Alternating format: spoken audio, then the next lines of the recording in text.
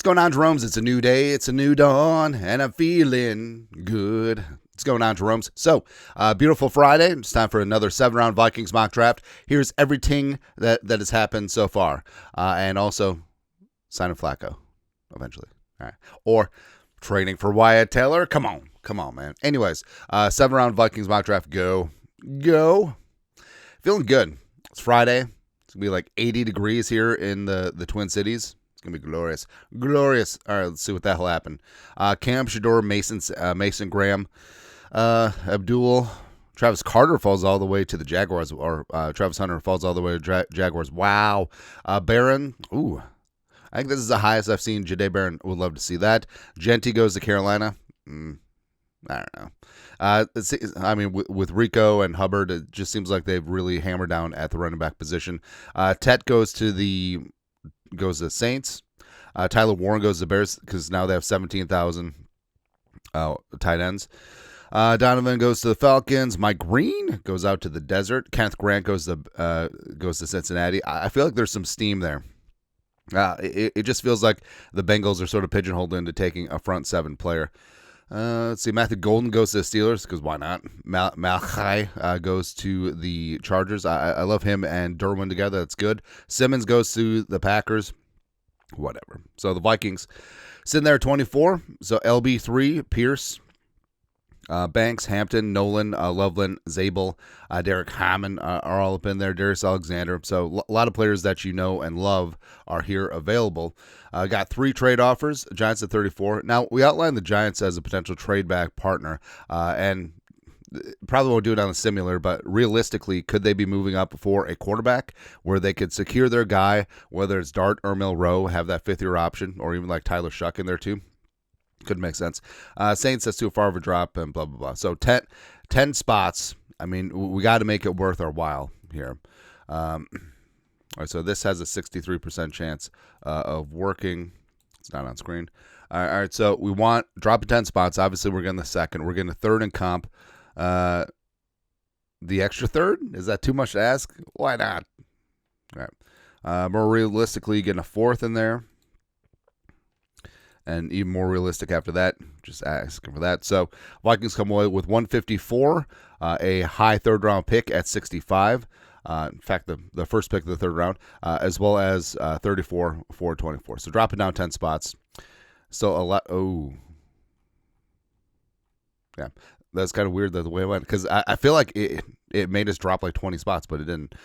So names that you know and love went ahead there, but also Derek Harmon is just sitting there chilling at 34. Now, there's a couple more trade offers. Not really interested in moving back any further, although Jacksonville's at 36. But I'm not losing out on Harmon. And Derek Harmon is the absolute fastest riser along the D-line, led the country in pressure rate, as well as he's just one of those players that solid against the run, going to get after it, rushing the passer. And even though the Vikings are sutured up with Allen and Hargrave, both of them are on the wrong side of 30, and having Harmon in there too, just going to be a rock-solid force on this defense for many years to come. So getting Derek Harmon in a trade down when I would have been more than happy just taking him at 24, it's huge, massive.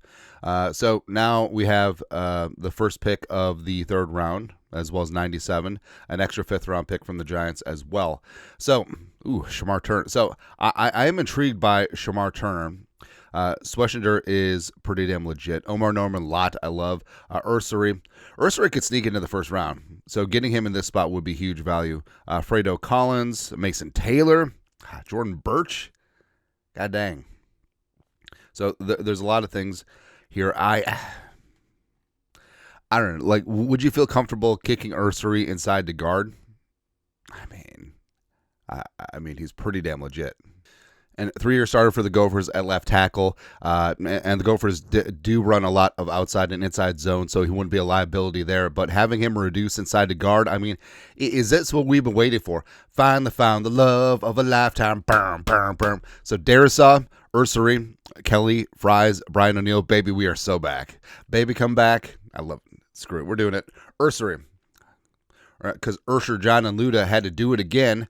3rd round, number 97. All right, so Chuck Grant is there. Devin Neal, Makuba. Fannin, Tez, Dorian. Ooh, do we just go for it, man. I mean, Deion Walker is just there winking at us. I understand he's probably got a low floor, but that ceiling is unlimited. Peebles, I love Peebles a lot too, man. All right, I just can't get away from Fannin, but also the whole thing about the running backs too, because even though the Vikings re-signed Aaron Jones, and even though they re-signed, or even though they traded for and signed Jordan Morgan, like this obviously could be a position of need. But I just love the idea of a guy like Devin Neal, and I know we could attack running back later. God, what do we do?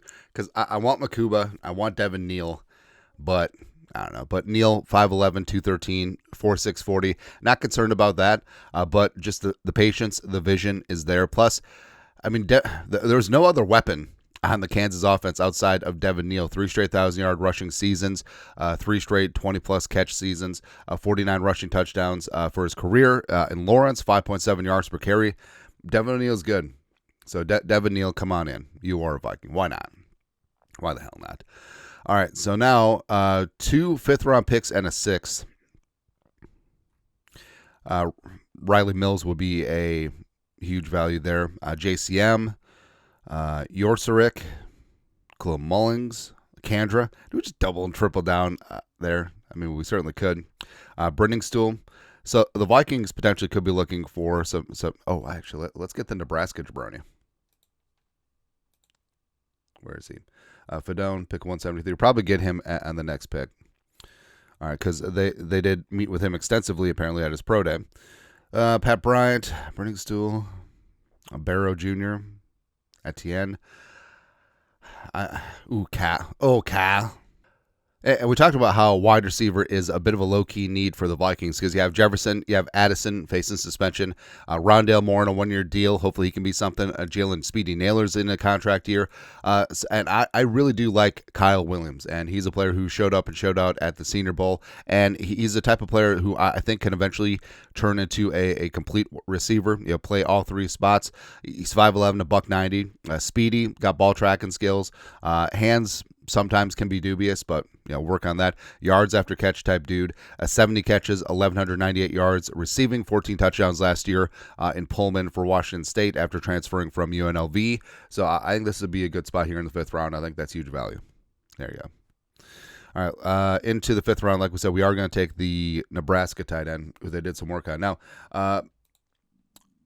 testing-wise, like he does track similarly to T.J. Hockenson, and overall, I mean, Hawk needs to get it done this year. Oliver's in a contract year. Hopefully they extend the best blocking tight end in the game. But the Vikings, do need that tight end 3 since Johnny Munt left, as well as Nick Muse went and won the Super Bowl last year with the Eagles. Good for him, though. But Fedone 2nd, come on in. Come on, baby. Lastly, 6th round. So Kyle McCord is just there sitting, winking at us. Now, he did have a big-time pro day, but, the arm talent is there. It just didn't come together for him at Ohio State. That does raise some questions, but he did lead the nation in passing at Syracuse, so definitely got things done in that regard. And also, given the history between McCord and McCarthy, it'd be funny if McCord ends up being JJ's backup, so there you go. We are going to take quarterback here, Kyle McCord. Come on in. That's right. I like how this draft turned out. Kind of have to because it's my draft. This is my draft. There are many like it, but this one is mine. Anyways, so I did trade with the Giants. Don't know who the Giants came up for. We'll say they came up for Milroe or so Jackson Dart, sure. But getting Harmon at 34, huge, monstrous. Ursary might go 1st round. So getting him at the 1st pick in the 3rd round, that's just absolute monster value. Now, he does have tackle flexibility. So if Darisaw is out for the beginning of the year, could have Ursary moonlight at left tackle before kicking into left guard. Devin Neal, I think, is going to be a great RB3 to start, eventually work his way up. Is going to work his way into wide receiver 3.